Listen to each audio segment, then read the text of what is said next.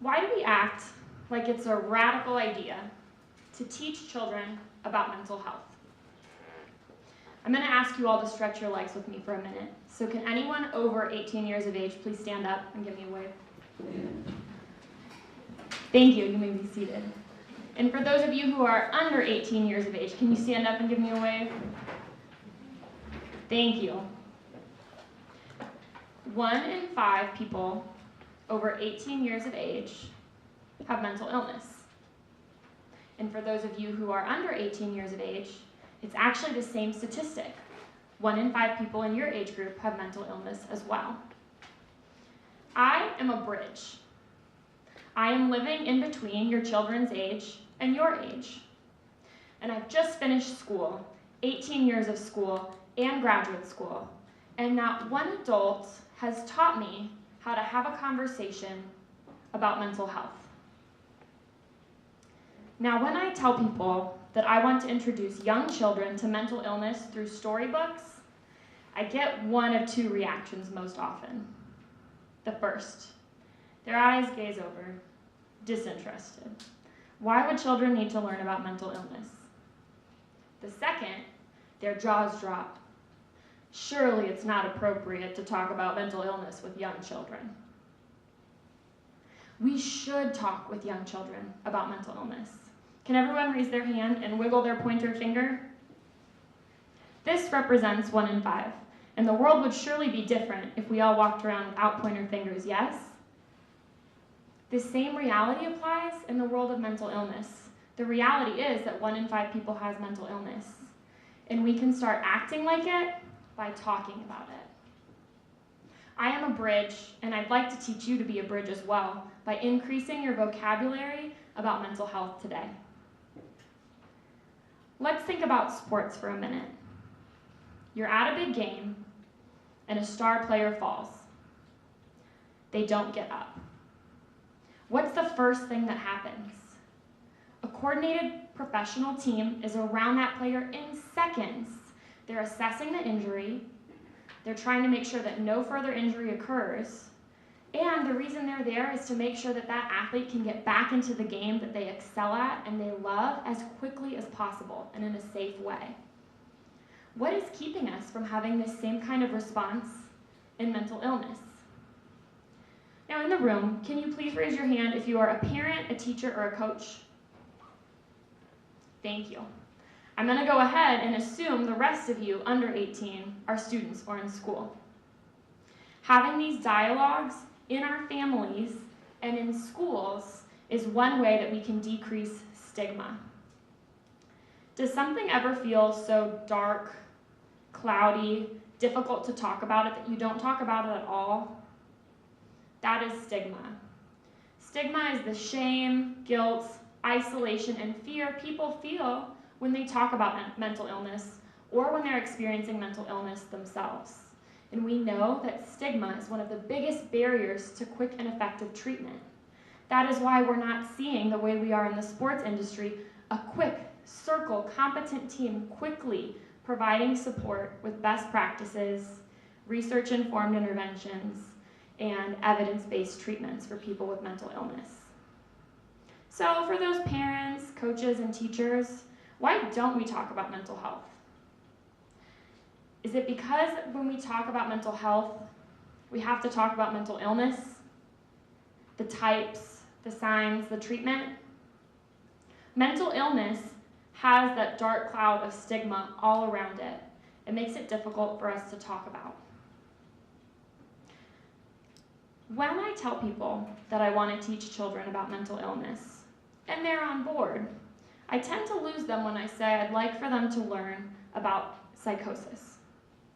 Psychosis is something you might have talked about before as delusions or seeing things, and it's the perception of a reality that's not really there.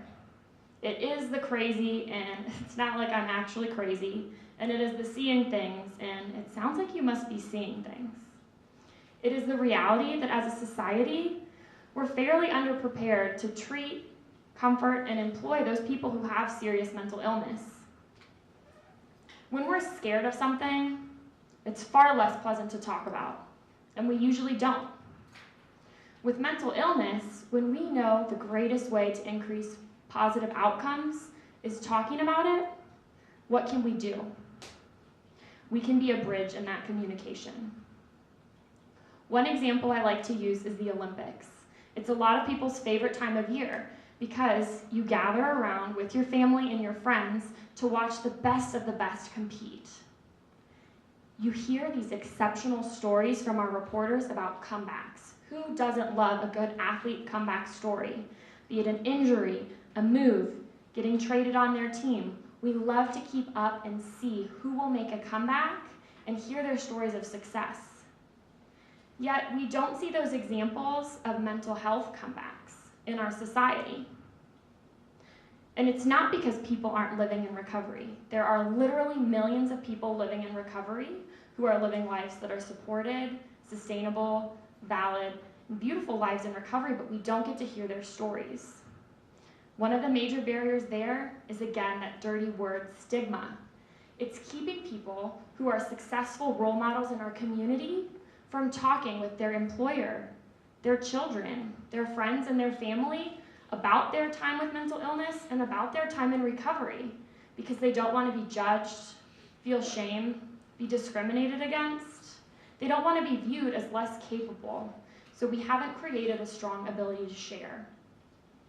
But when I talk about reducing fear as a barrier to treatment, the less fear we have, the more likely people are going to be to get that early intervention and support that they need. I think we can reduce that fear by having positive role models. If you have a sports injury, you believe that you can come back for it and try out for that college team because you've seen that dialogue in our news, in your school, and in our society. The sooner we can reduce stigma, the more people we will have sharing their stories and being leaders who help decrease fear in mental health. We should talk to young children about mental health, including psychosis, because the reality is that recovery is beautifully possible. 100% of us in here have mental health, and 20% of us have mental illness. When I talk about being a bridge, what do I mean? What is a bridge? Well, we know a bridge is a structure that connects two parcels of land, helps people cross from one side to the other and connect. When we bridge a difference, that difference becomes smaller. A bridge is used to close a gap. I invite you to be a bridge in closing the gap on how we speak about mental illness. I truly believe it will make a difference in decreasing stigma and increasing the amount of people who are getting the treatment they need.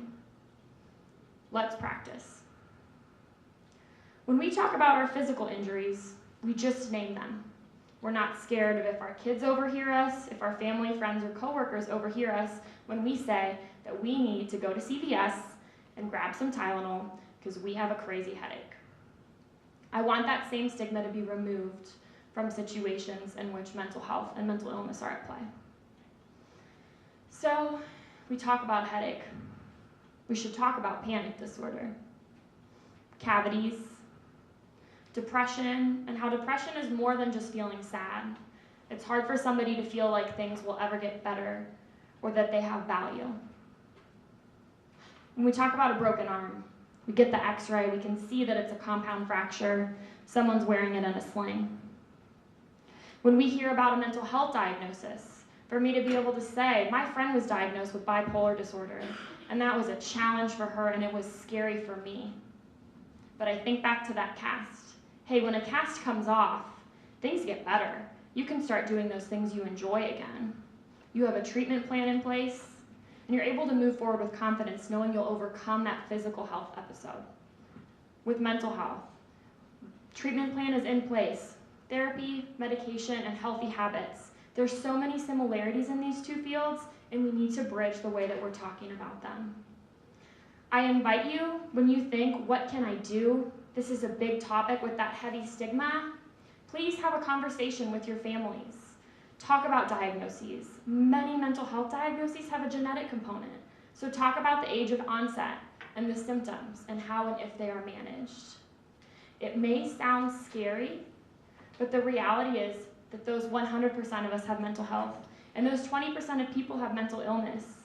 You might not be able to see those who are living lives in recovery, but now so more and more, we are becoming more and more connected by bridges, be that social media, be that social movements in schools. And this topic is going to be changing for the better. So I invite you to join me and be a bridge. Thank you.